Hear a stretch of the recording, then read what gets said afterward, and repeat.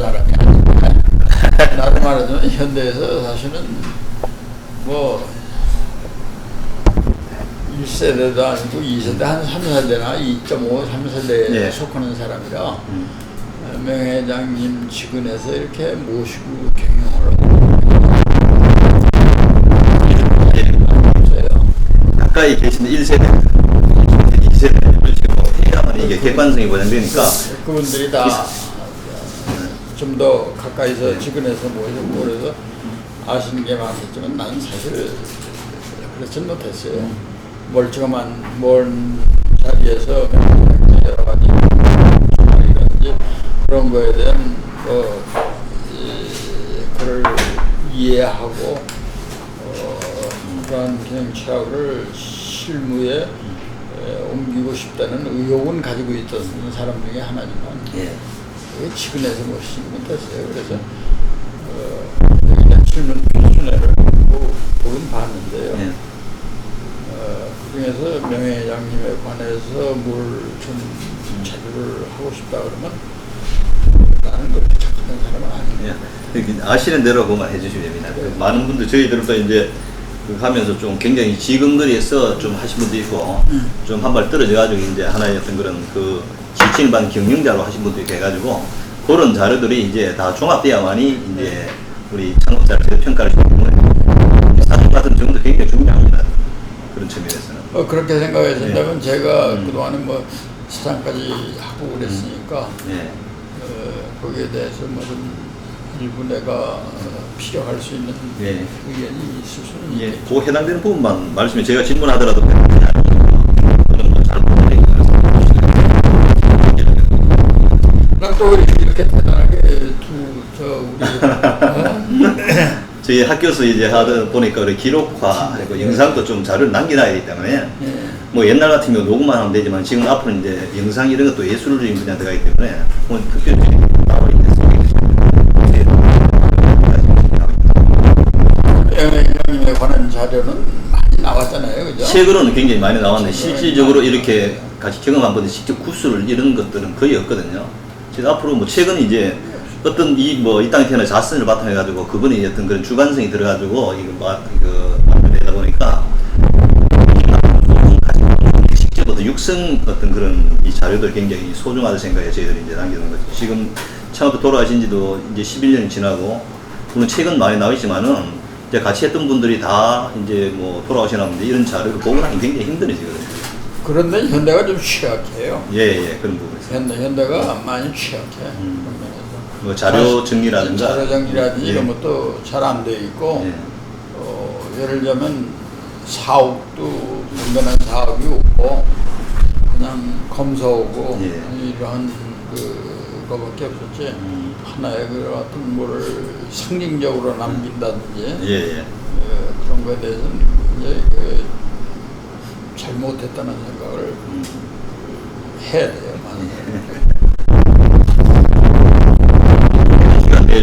굉장히 감사를 드립니다. 네, 아유, 만나 오시느라고 그냥 말이에요. 어떤 우리 구슬 어떻게 해야 되는지 이게 참 제가 카메라 앞에 서니까 그냥 편하게 해주시면 됩니다.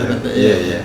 그 어떤 구술과 정리 편을 위해서 우리 이제 구술자 전 면담자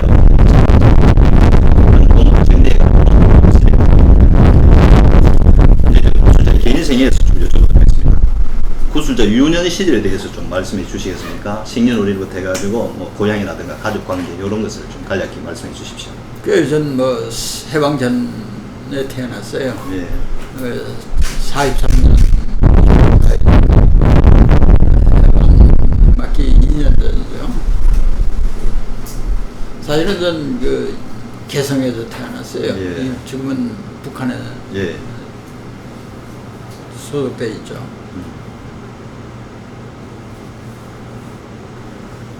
가족 관계는 어땠습니까? 가족 관계는 지금 현재 제 뭐 위로 누님 두 분이 계시고 밑으로 동생들도 있고 남동생들도 있고 그리고 저희 직계로는 일남이죠.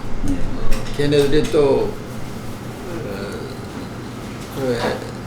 다 애들을 가져가지고 지금 현재 우리 손녀가 셋이고 예. 손자가 하나. 네. 손자가 하나, 손자가 넷이고. 네. 우리 구슬자에 어릴 때 뭐 가정 형편은 좀 어땠습니까? 이제 개성에서 태어났다 그러는데. 개성에서는 비교적 좀 유복한 집안에서 태어났다고 이렇게 말씀드릴 수 있겠어요. 아버님께서 굉장히 큰 개성이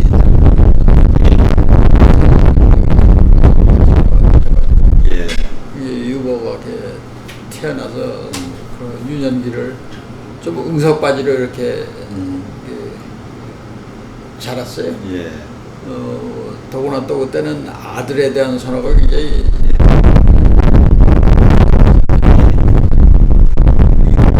누님하고 제일 큰 누님하고 차이가 9살이에요. 예. 그러니까 상당히 귀한 아들이 됐었죠. 그래서 좀 그런 응석바지의 어린 시절을 보냈다고 말씀드렸죠. 그러면 학창 시절 중에서 기억에 남는 일이 있다면 좀 말씀해 주세요. 기억은 뭐 돌아가자면 내가 6.25를 맞이한 게 7살 때예요. 예. 7살 때였는데 그때도 그 좀 저는 그렇게 그런 데서 자라고, 그런데 아버님하고 큰누님하고 미리 서울에 와 계셨고 우리는 6.25를 그냥 개성에서 맞았어요. 예. 나하고 위에 누님하고 밑에 동생 하나하고. 그래가지고 바로 이 북괴가 쳐내려오는 걸 그냥 눈앞에서 다 본 거죠. 그래서 갑자기 이제 가장도 없으시고 그래가지고 그때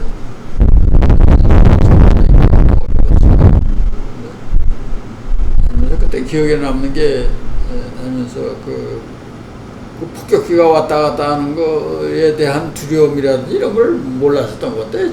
하다 철부지였었는지 네. 뭐 용기가 있었는지는 모르지만 그래서 나가서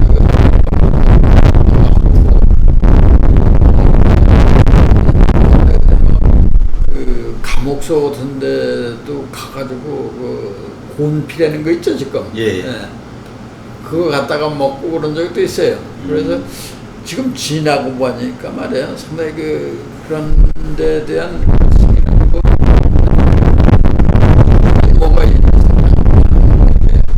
다닐 때는 난 사실 운동을 참 좋아했어요. 예. 야구를 좋아해서 야구를 할까 그러는데 집에서 우리 아버님이 상당히 완고하셔가지고 예. 뭐 공부 이외에는 뭐 별로 이렇게 해주신 게 없어요.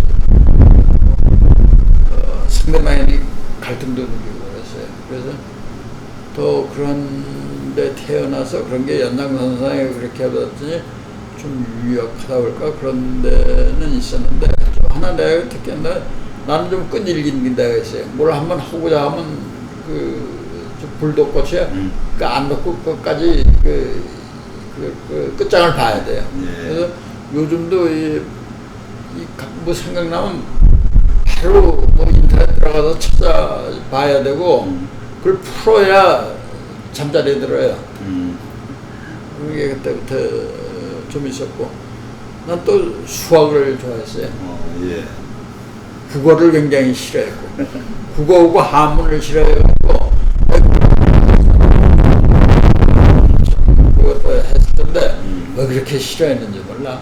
그런데 지금 돌이켜 생각하면 참 잘못했다. 내가 그런 거에 대한 게 국어를 왜 그렇게 싫어하고 내가 좋아했어요. 이의 인생을 사는 그런 것도 있었지 않나. 그래서 국어를 좋아했으면 그러한 사고의 능력이 달라졌을 거다. 운해 활동을 많이 좀 해서 운해 활동을 연연해서 덜 한 셈이에요. 그 책을 보고 이렇게 좀 문학적인 책이란 이런 거하고는 그렇게 깊이 있게 하지를 못했어요. 예. 참 그런 단점이 있는 학창 시절을 보냈죠. 뭐. 그럼 대학 생활은 좀 방황도 오고 대학생활은 그냥 노는데 만 시간을 보냈어요. 무슨 과를 들어갔지 그럼 수학을? 조선과. 조선과를 들어갔어요. 예. 조선과 들어갔는데 그 조선과 들어간 놈이 첫 번 하나를 내가 재수했어요. 예. 첫 해에는 내가 뭔지 그 건축 토목을 지원을 했어요. 그래서 떨어졌어요. 떨어진 게 하나는 국어 점수가 개판이었어요. 국어 점수가. 근데 그걸 못하고 물리도 잘 나오고 그랬는데 재수를 해가지고 그 다음에 건축을 계속 할까 안 할까 갈등을 좀 느꼈는데 그때가 이제 내가 고등학교 졸업할 때 62년도에 그러니까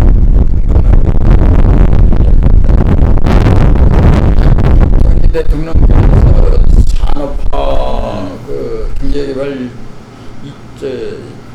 계획 5개년 계획 1차 하시고 그때 조선과 학생들 유학 보냈어요. 예.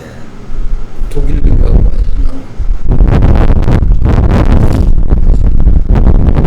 친구를 통해서 이렇게 들으니까 뭐 상당히 앞으로 유명하지 않겠느냐 친구에서 미뤄질 거다 해서 조선을 티켓에 들어가고 난 다음에도 사실은 유학도 좀 생각을 하고 그랬는데 그때 그래서 유학 가고 이럴 상태는 못하고 내가 뭐 공부를 잘해서 장학금 받기도 어렵고 그래서 애들 망가시 실컷 놀고 한번 대학 생활을 나름대로 이제 그 스트레스도 해서 보내자 그래가지고 2년 보내고 그리고 군대 갔어요. 그래서 난 그때부터 그랬어요. 대학 생활을 하면서 내가 군대를 가는 이유 중에 내가 마음을 품고 있었던 거는 내가 엔지니어로서 크는 것보다도 내가 이게 넓게 봐가지고 그 마케팅이나 영업이나 뭐 이런 경영 매니지먼트 생각을 했어요. 그래서 내 공부 그 자체는 별로 큰 흥미를 못 느꼈어요. 대학 시절을 보냈죠. 너무 아닙니다. 꼭 필요한 말씀만 하셨습니다. 그 구술자가 살아온 시대에 대한 생각은 좀 어떤지 여쭤보고 싶은데요. 왜냐 그러면 뭐 해방, 한국전쟁, 뭐 4.19, 5.16 또 그 이후 어떤 격동 시대를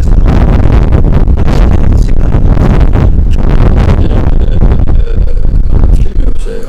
해방이 됐고 그다음에 6.25를 맞았고 또 5.16 군사혁명이 나오고 4.19 혁명 거쳤고 뭐 12.12 사태도 예. 나오고 12.6 사태도 나오고 내가 또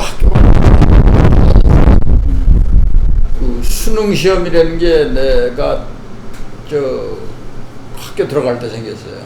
그리고 고등학교 들어갈 때 무시험 제도가 생겼고 그리고 대학교 들어갈 때 무슨 수능 시험을 전국적으로 쳤고 그다음에 체육 실기 시험 해가지고 이것도 상당히 시험에 차이를 줬고 그래서 내가 보면 지금은 좀 내가 조금 나은데 참 허약한 체질이었어요.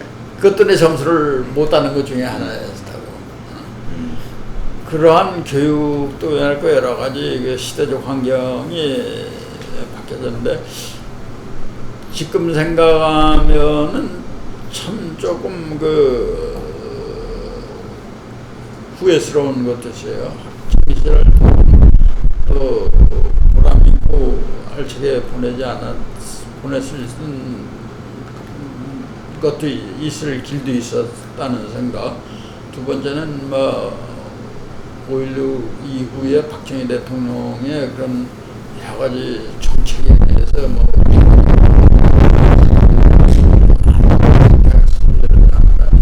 그때 뭐 경부고속도로 뭐도 하는데 민주화니 뭐냐 했는데 지금 돌이켜 생각하면 참 세상 보는 걸 왜 그렇게 좋게 말해 이렇게 봤는지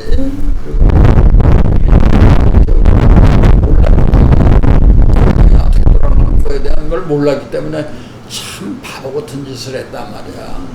그런 참 우리 반만 년의 말이야 역사에 참 그런 위대한 우리의 영웅을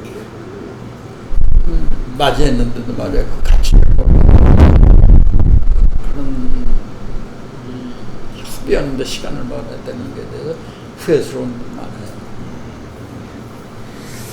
그럼 우리 구수자의 어떤 그런 뭐 가치관 또는 삶의 좌우명 같은 건 있습니까? 글쎄요, 가치관이라든지 뭐 이런 거에 대해서는 나는 항상 주장하고 있는 게 이 사람 살면서 말이에요.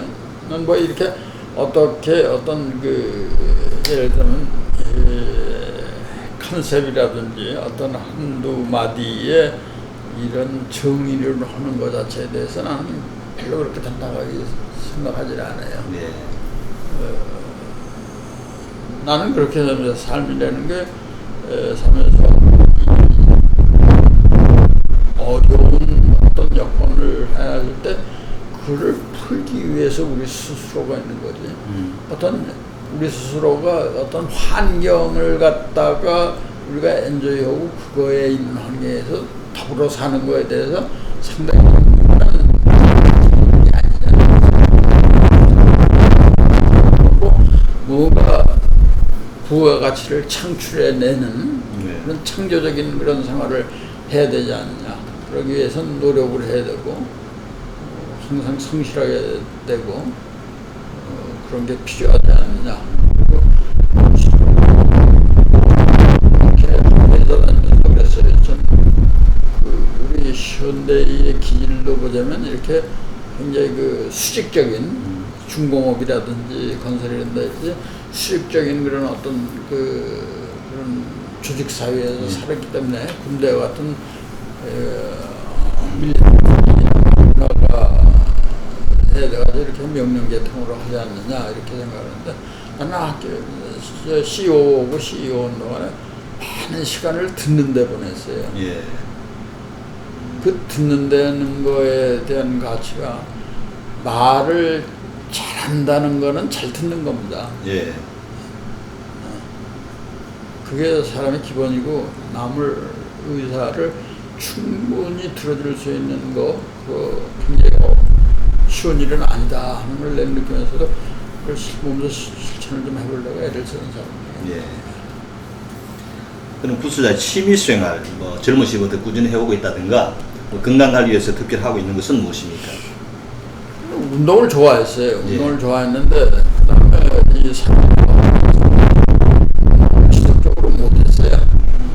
못하고 그때는 뭐 어려울 때니까 언제 먹고 살아야 된다는 그런 환경. 예. 그가 우리 최대급 선무였었고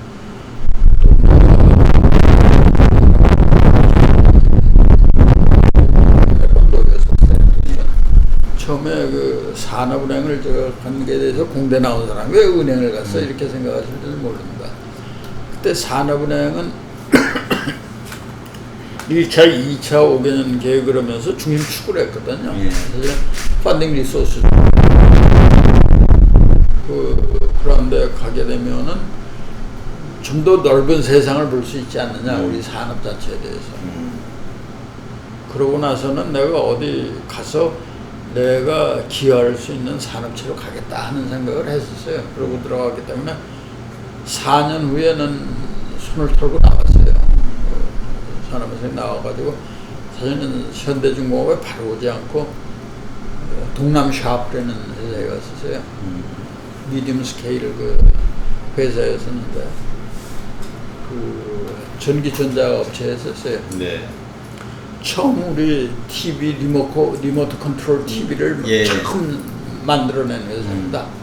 중요한 기업이었었는데 그 회사 한 2년 가 있었는데 그거는요 이 럭키하고 그때 LG밖에 없었는데 삼성이 후발주자로 나오면서 삼성이 거의 시장에 들어오고 나서 거대한 자본력으로 그냥 공세를 취하니까 정부가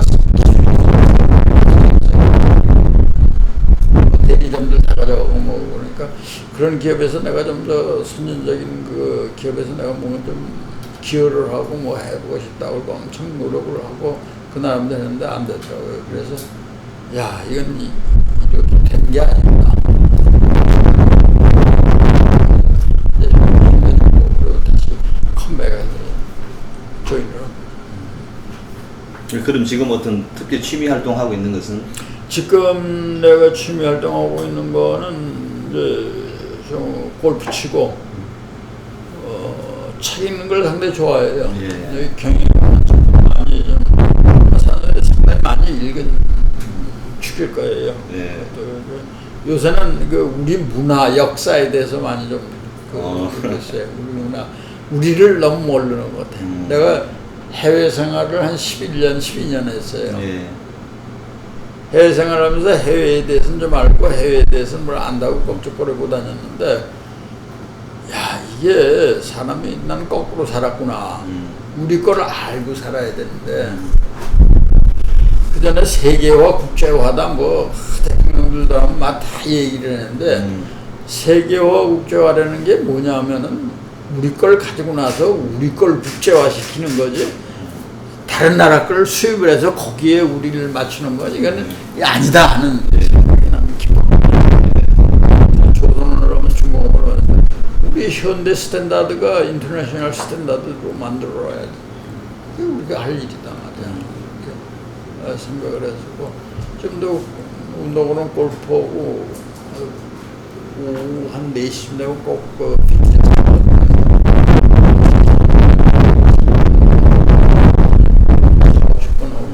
달리기도 이제 걷는 것도 한 50분 이런 스트레칭도 좀. 예. 자, 그럼 우선 직장 생활에 대해서 좀 여쭤보도록 하겠습니다. 아까 잠깐 말씀하셨는데 1970년 2월에 산업은행이 여기 대학 졸업 첫 직장이니까. 첫 직장이죠. 군대 갔다 오고 나서 첫 직장으로 오게 들어갔어요. 예. 그래서 대형 조선소의 사업상 검토를 제일 처음에 사실은 현대가 들어오질 않았어요. 예. 지금 돌아가신 분 누구야? 남궁원 남궁 호지 그 양반이 대한조선공사를 인수한 그 남궁호가 아들이 남궁원지 뭔지 모르겠다. 한번 찾아보세요. 네. 그 양반이 사실은 처음 하겠다고 들어왔어요. 근데 산업은행에서 비토를 놓았다고. 너무 스케일이 크고 감당할 수가 없다는 거야. 예. 그래가지고 사업성검토에 겁을 내고 난 다음에 현대중공업이 72년도인가 이렇게 들어왔어요. 그래서 그때는 사업성검토를 하지 않고 그냥 소유자금만 산출을 해가지고 이제 지원을 했는데 이제 지금 와서 생각하면 그것도 아까 모두에 내가 박정희 대통령의 민주화 뭐 이런 거에 대해 얘기했다시피 참 그 좁은 세계에서 본 게 얼마나 큰 오류를 낼 수 있는가 하는 거 말이에요.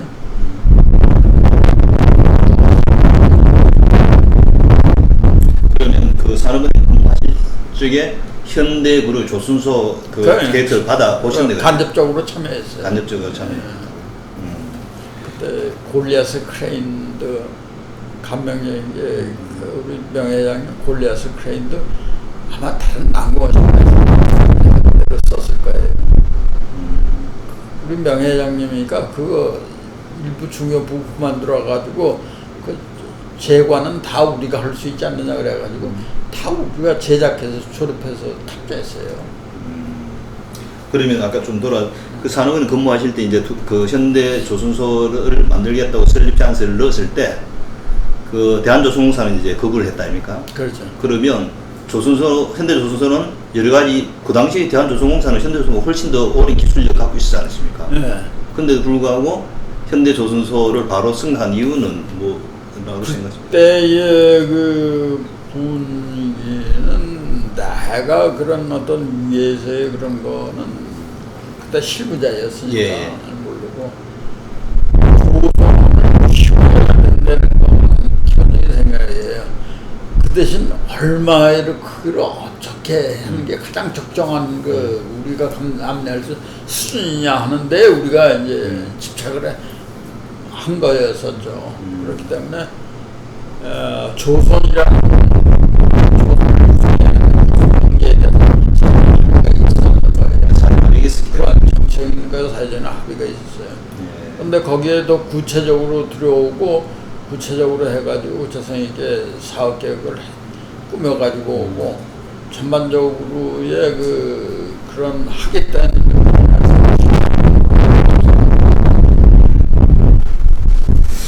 그러다 이제 1976년 11월에 현대중공에 입사한 것으로 되어 있습니다. 그 회사를 옮긴 특별한 이유가 있습니까? 지금 말씀드렸다시피 첫째 직장은 난 성공적으로 보냈어요. 한국을 배웠으니까 우리나라 산업 규모라든지 국제 산업이 어떻게 돌아간다 하는 것도 봤었고 그때 지금 현대제철이 인천제철의 그 전기로 해가지고 상당히 사업 실패도 받고 여러 가지 그때 펀딩 회사에 있었는데 그런 여러 가지 문제도 봤었고 두 번째 직장에서는 내가 생각했던 대로 안 되고 여러 가지 사업이라는 게 이게 어떤 규모가 돼야지 그렇지 않고는 이런 자본주의 사회에서는 살아남기 어렵다는 걸 말하고 또 내가 생각하는 게 이제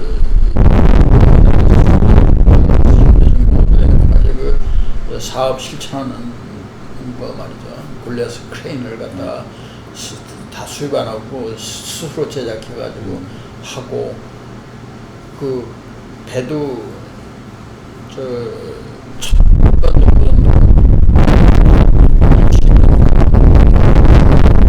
있을 수 없는 얘기예요. 엄청난 그때로 말하자면 이 쇼크를 받은 거지 뭐. 야 이게 가능하고 이게 되는구나 하는 생각에 이제 현대에 들어온 거지. 공시로 들어왔습니다. 특채 인식. 그때는 간부 사원으로 들었어요. 내가 간부 사원. 6년이라는 세월을 풀려보냈기 때문에 그래서 간부 사원으로 들어가지고 과장으로 처음 들어가지고 조선으로 바로 가지 않고 플랜트 사업으로 갔어요. 왜냐하면 그때 여천 여수 화학단지를 우리나라가 계획하고 실천할 때예요. 그래서 처음으로 도요 엔지니어링을 맡았고 그래가지고 처음으로 국제 입찰이라는 걸 하고 처음으로 영어로 입찰을 제출했다고요. 이때. 그럼 여천석유화 여천석유화. 그래서 그걸 봤기 때문에 조선지만 이런 공장을 만들고 하는 데 대해서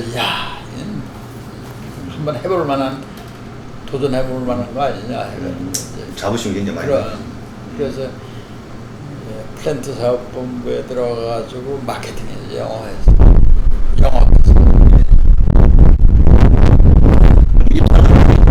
회사 분위기는 좀 어땠습니까?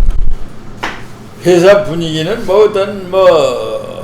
당급세 하자 말이야 하면 된다.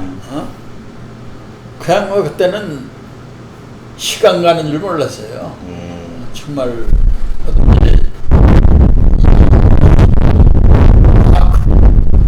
정말 이 세상이 품 안에 들어온 것 같이 말이지 뭔가 그 느낌이 그랬었다. 시간 가는 줄 모르고 밤에 아침 새벽 별 보고 나와서 별 보고 들어갔어요. 그러면 이제 입사해서 제일 먼저 배치받은 것이 프렌트 사업부. 그 조선 쪽으로는 가지 않고 계속 프렌트 사업부에 몇 년 근무했습니까? 플랜트 사업부에 2년 근무고 78년도에 밴콕으로 나갔어요. 그렇게 넘어가게. 밴콕 지사에 나가게 된 동기는 거기서 이제 세멘트 공장을 하겠다고 그랬어요. 그래서 내가 그 세멘트 플랜트의 프로젝트 매니저를 했다고요. 그래서 그걸 계속 그 추진해가면서 이제 하다가 현대종합상사가 탄생을 하고 이제 그때 그 인터내셔널 네트워크를 글로벌 네트워크를 활용할 때 뱅콕 지사가 설립됐어요. 그래서 지점장으로 나가면서 플랜트 거기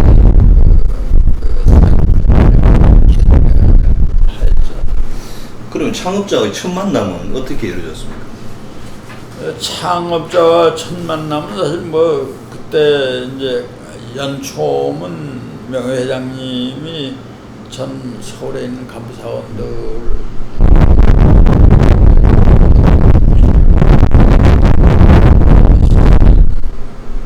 규례 같은 거 그때 이제 명예회장님을 이제 멀찍이면서 뵙고 그분의 말씀 같은 거에 대해서 상당히 감명을 받았고 그리고 개인적으로 이렇게 장이 된 거는 에이시안 게임이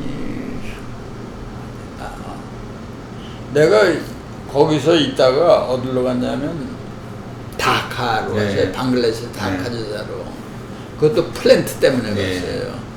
이제 그 뱅콕을 완전히 파운데이션을 만들어 놓고 다시 뱅콕으로 가서 뱅콕에서도 플랜트를 했어요. 강원 공장 수출을 하는데 그 우리가 입찰해가지고 성공을 해가지고 플랜트 공장을 세워줬어요. 그래서 거기 철강도 계속 포스코 철강도 수출을 하고 거기서 2년을 해서 파운데이션을 만들어 놓고 그 다음에 봄베이로 옮겼어요. 뭄바이. 네. 인도 뭄바이로 82년도 초에 갔어요. 뭄바이는 또 뭐가 있었냐면 그때 ONGC라고 그래가지고 옵쇼어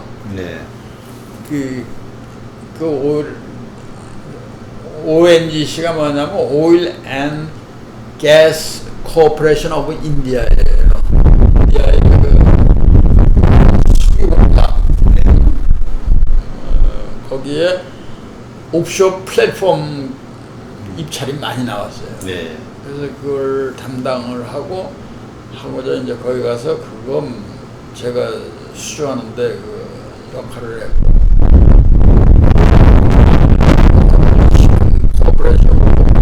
SCI라는 그 국영 석유 회사가 엄청난 양의 엄청난데 그때로는 15석의 뭐랄까 유조선 입찰이 나왔어요. 그래가지고 그것도 입찰에 들어가서 그때가 83년도인데 굉장히 어려울 때예요. 그때 완전히 선박 조선 마켓가 콜lap스가 됐을 때예요. 그니 뭐 그 15척이라는 거 어마어마한 그때 정말 사막의 오아시스나 마찬가지죠. 그 수주를 해서 그때부터 이제 조선에 또 이제 제가 몸담게 된 계기가 된 거예요. 근데 그때 82년도인가 2년도를 알고 있어 확실히는 알아요. 인도의 뉴델리에서 그걸 했다고요. 아시안 게임. 회장님이 그때 대한체육회장이셨고 IOC 위원이셨구만. 그래서 거기 오셨어요. 우리 선수단이 온데 가져오셨어요. 올림픽 기간 동안에. 그래서 그때 지점장으로 오셨죠. 일주일간 모셨어요. 그리고 그 다음에 뵌 건 런던 지사 가서 86년도에 또 한 차례 방문을 하셔서 뵙고. 그러면 이 공채로 일단 들어올 때 특채로 간부상 그때 면접 명예회장님 면접을 안 했어요. 안 하고 큰 먹을 것도 아니고 그러니까 우리 특별히 이렇게 명예회장님이 사원 채우는 데는 상당히 위임을 하셨지 이렇게 개인적으로 이병철 회장님 같이 이렇게 인상 못 보고 한다는 그런 건 없어요. 그 전에는 있으셔도 예. 초기에는 좀 가르치, 뭐 얼마 안 되니까 네. 직접 하시는 모양이더라고요. 네, 초기에는 예. 근데 78년도에 이제 방콕 지사장 갈 때는 현대중공업 소속이라는 조선 소속이라는데 그럼 나가면서 종합상사 종합상사 소속으로 나. 나가면 종합상사 소속으로 했나? 그럼 이 종합상사가 그 무렵 만들어진 거죠? 그렇죠. 예. 만들어지면 그렇게 나가는 거죠. 네. 그럼 종합상사의 의미라는 것은 결국 수출을 효율적으로 하기 위한 그때 이제 상사라는 게 이제 거의 하나의 이 트렌드였었어요. 아, 예. 삼성도 물산이 예. 그거 했었고 LG도 그래도 LG 상사가 있었고 그런고 일본도 그때 이토촌이 뭐 미쯔비시 상사들이 많은 역할을 할 때였었어요 그때. 예. 뭐. 그랬을 때 그리고 수출 이 하나의 정부의 그 근본적인 큰 정책 중에 하나였어요.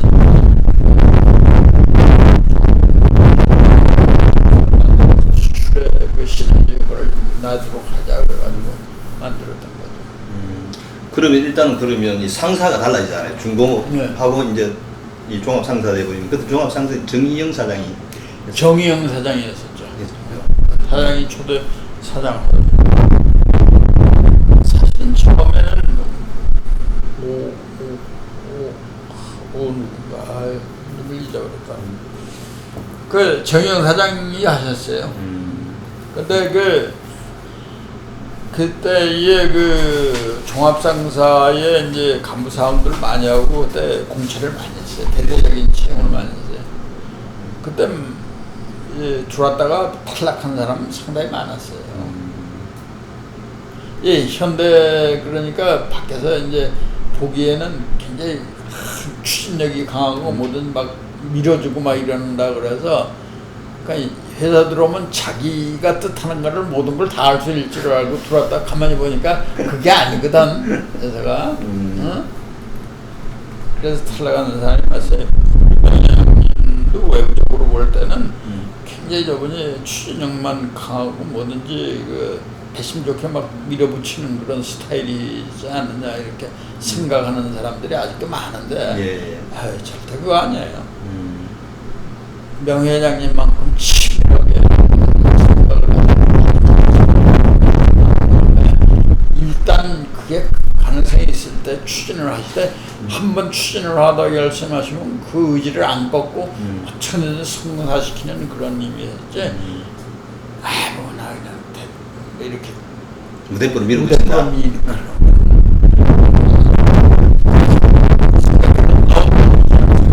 회장님을 잘못 생각하는 거예요. 네. 자, 그러다 1984년도 다시 현대중공업 조선사업본부 이사로 오셨는데 다시 중공업으로 오게 된 배경은 무엇입니까? 그 SCI에 이제 선박수주 15척을 했잖아요. 그래서 이제 인데 말이야 며칠 군데 정말 끼니를 굶다가 이렇게 들어와서 하니까 잘해줘야 될 거 아니에요. 예. 그러니까 내가 그걸 수주도 했으니까 그것도 인도까지 잘 관리를 하라고 해가지고 조선사업부로 해가지고 왔고 내가 백그라운드가 또 조선 아니에요. 예. 그러니까 조선에서 스카우트한 거죠. 그럼 아까 잠깐 말씀했지만 그 수주 15척 때문에 현대중공업 분위기 그 당시 굉장히 불황이 났지 않습니까? 엄청 불안해. 근데 그때 분위기는 좀 어땠습니까? 아유, 그때 말도 못해. 내가 그 들어와가지고 85년도 이제 본사 근무를 하고 계약관리부 했어요. 네. 조선 계약관리부라는 거는 신조선 수주를 하게 되면 그 컨트랙 매니지먼트예요. 그걸 전부 계약이 수립돼가지고 인도가 될 때까지 그 모든 선주와 커뮤니케이션을 이 계약관리부에서 하고 모든 그 자료라든지 모든 걸 다 해요. 그래서 완전히 인도할 때까지 인도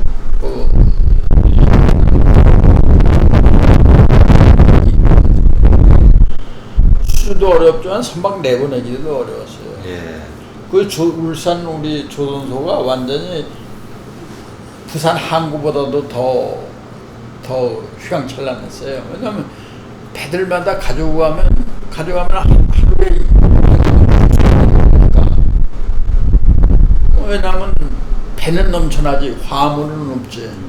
그러니까 배를 가져가면 그냥 그때부터 감가상각비부터 해가지고 뭐 거기 사람들 선원들 비용 뭐 해가지고 그냥 문서나보니까 배 어떻게 하면 안 가지고 가느냐가 이 선주들 머리에서 떠나지는 거예요. 근데 합법적으로 안 가지고 가는 방법이라는 게 유일한 게 기술적인 클레임을 거는 거예요. 이거 잘못됐다 저거 잘못됐다 뭐. 그러니까 배에 뭐 수십만 개의 부품이 모아가지고 된 배에 하자라는 거는 이거는 없을 수가 없거든요. 그렇기 때문에 계약상에서도 마이너한 그 기술적인 사항으로 해가지고 리젝트 못하게 돼 있어요. 가능하고 그거에 대한 걸 나중에 그 우리 아프터 서비스를 해보이도 했는데 그렇더라도 막 온갖 그 기술적인 클레임을 다 거는 거예요. 그래가지고 근데 그거 하는 동안에 밤에 한 2-3시간 못 잤어요.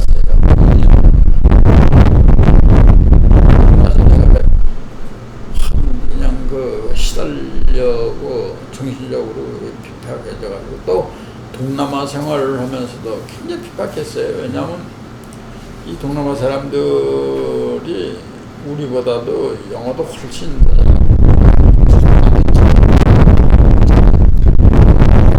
어떨런지 몰라도 뱅콕이라는 거, bombay라는 거 이런 이건 우리보다 훨씬 더 국제 글로벌라이즈된 도시거든요. 사람도 교육도 다 외국에서 받은 친구들이고. 그러니까 굉장히 이 사람들 어떤 의미에서 말이에요. 이 무슨 딜을 추진하면서도 항상 그 염두에 두고 크로스 체크를 안 하게 되면은 이 false information 그냥 거짓 정보들을 횡행하는 거예요. 거짓 보고도 들어오고. 그런 데서 살면서 그때도 상당한 많은 그 수습을 하기까지의 그 노력이라는 건 말도 못해요. 근데 또 본사 들어가가지고 2년간 그러고 하니까 탈진돼가지고 내가 급성 간염에 걸려가지고 병원에 갔는데 나보고 그 의사가 당신 이렇게 될 동안에 어떻게 참았느냐고 그러더라고요. 그 뭐 피 검사를 하는데 GPT 뭐니까 400가 1000까지만 올라갔다고.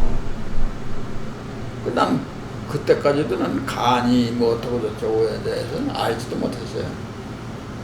그러고 나서 한 2-3개월 그거는 뭐 치료제도 없어요. 가만히 앉아서 그냥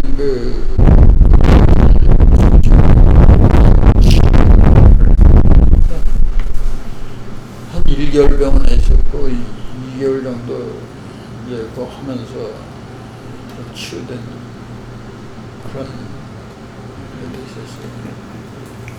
또 그러시다가 1986년 4월에 다시 런던 런던으로 나왔습니다. 그때 이제 이출림 회장님께서 회장님 하실 때예요. 런던 지점장이 그때 들어오고 내가 2년 동안 계약관리부를 또 성공적으로 이렇게 끌어왔고 그래가지고 참 그때 얘기하자면 할 얘기가 너무 많아요.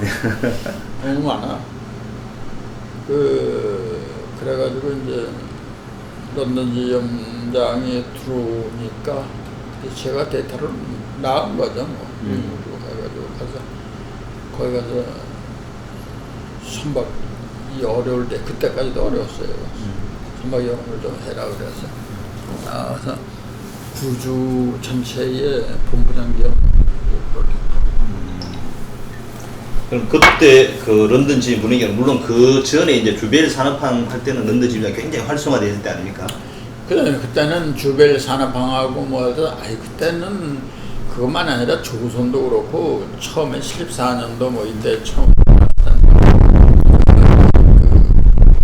우주의 그런 자재조달본부에서 했어요.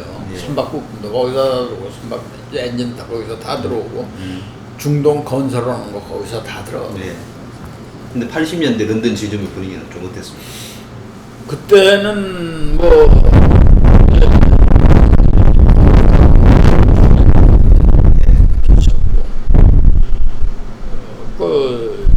런던이라는 데가 이 해상교통의 중심, 해상과 관계된 거에 대한 그 중심이 아닙니까? 네. 영국이 오션 엔지니어링이 세계적으로 제일 많은 나라입니다. 예. 5대 6대주를 옛날에 경영한 나라니까. 그리고 잘 아다시피 로이드 그 선급이 거기 있고 로이드 보험이 거기 있고, 그러니까 해상교통의 중심지였어요. 해상교통에 관한 모든 산업의 중심지라고. 자금, 보험, 무역, 뭐에 대한 중심이었다고요. 그러니까 거기에 그 조선시장이 중심지라고 봐야죠. 세계의 중심지. 그때도 지금 80년대에는 전반적으로 세계 경기가 굉장히 불황이라 조선산이 불황인 시절 아니었습니까? 그럴 때에도 거기의 분위기는 좀 굉장히 냉각돼 있었죠. 냉각돼 있었는데 거기 돌파구를 또 제가 처리한 게 AP 몰라라는 대형 선조와로부터 VLCC 4척을 제가 수주를 했어요. 86년도에. 87년. 네, 86년도가 86년 말인가 7년도. 제일 큰 회사입니다. 예. 특히 컨테이너 선으로는 타의 추정을 불어오는 그런 회사예요. 그런 회사와 관계를 맺고 제가 그 물꼬를 트고 그 아마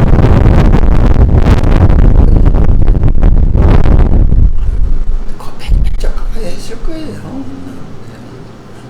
뭐 확실한 데이터는 제가 안 가지고 있습니다. 엄청나게 많은 수주를 했고 어려울 때에 참 저한테 고마운 그런 선배였어요. 예. 그럼 그러시다가 1990년 3월에 다시 조선하고 영업 상무로 이제 자리를 옮겼었네요.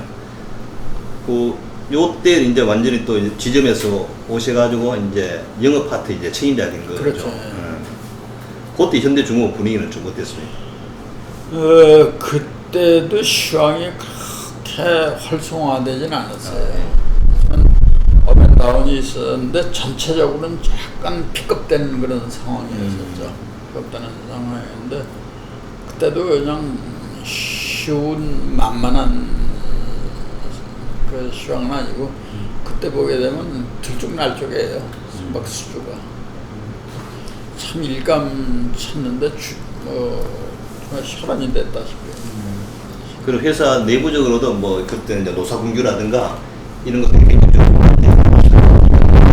90년대가 좀 힘들었고 예. 90년대 들어와서는 조금 더 좀 소강 상태로 하고 그 전보다는 그런 조금 합리적인 그런 대처가 가능할 수 있었던 그런 때로 봐야 돼요. 예. 근데 그 일반적으로 현대중공업 영업본부가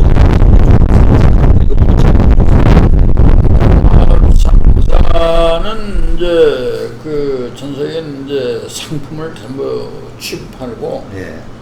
우리는 우리의 현대중공업 자체에서 제작하는 그 제품만